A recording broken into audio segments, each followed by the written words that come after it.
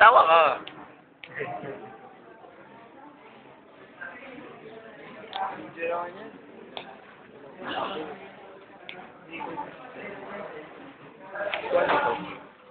Yan po ang mga pimples ni Torres.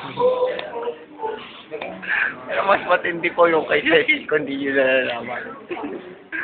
Hindi po siya siya po ay balbasarado. Pakita po natin.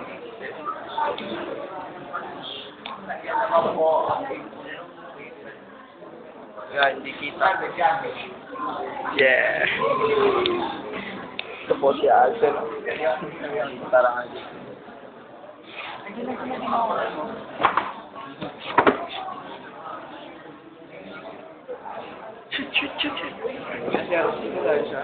Pasok daw. Pag wala lalabas.